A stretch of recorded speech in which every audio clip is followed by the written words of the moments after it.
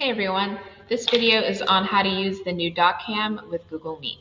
So what you're going to want to do is go ahead and click the three dots in the lower right hand corner of Google Meet and then click Settings.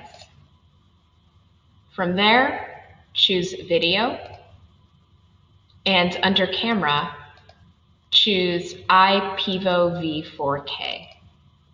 And once you have done that, you can exit out of Settings and your camera should turn off.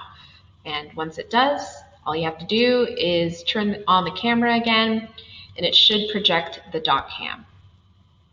Now if I put a little message under here, you'll see that it's inverted, but what your students see is the correct way.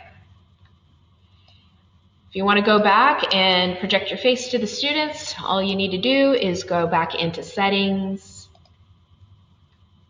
click Video, and under Camera, choose your default webcam, and for me, it's integrated camera.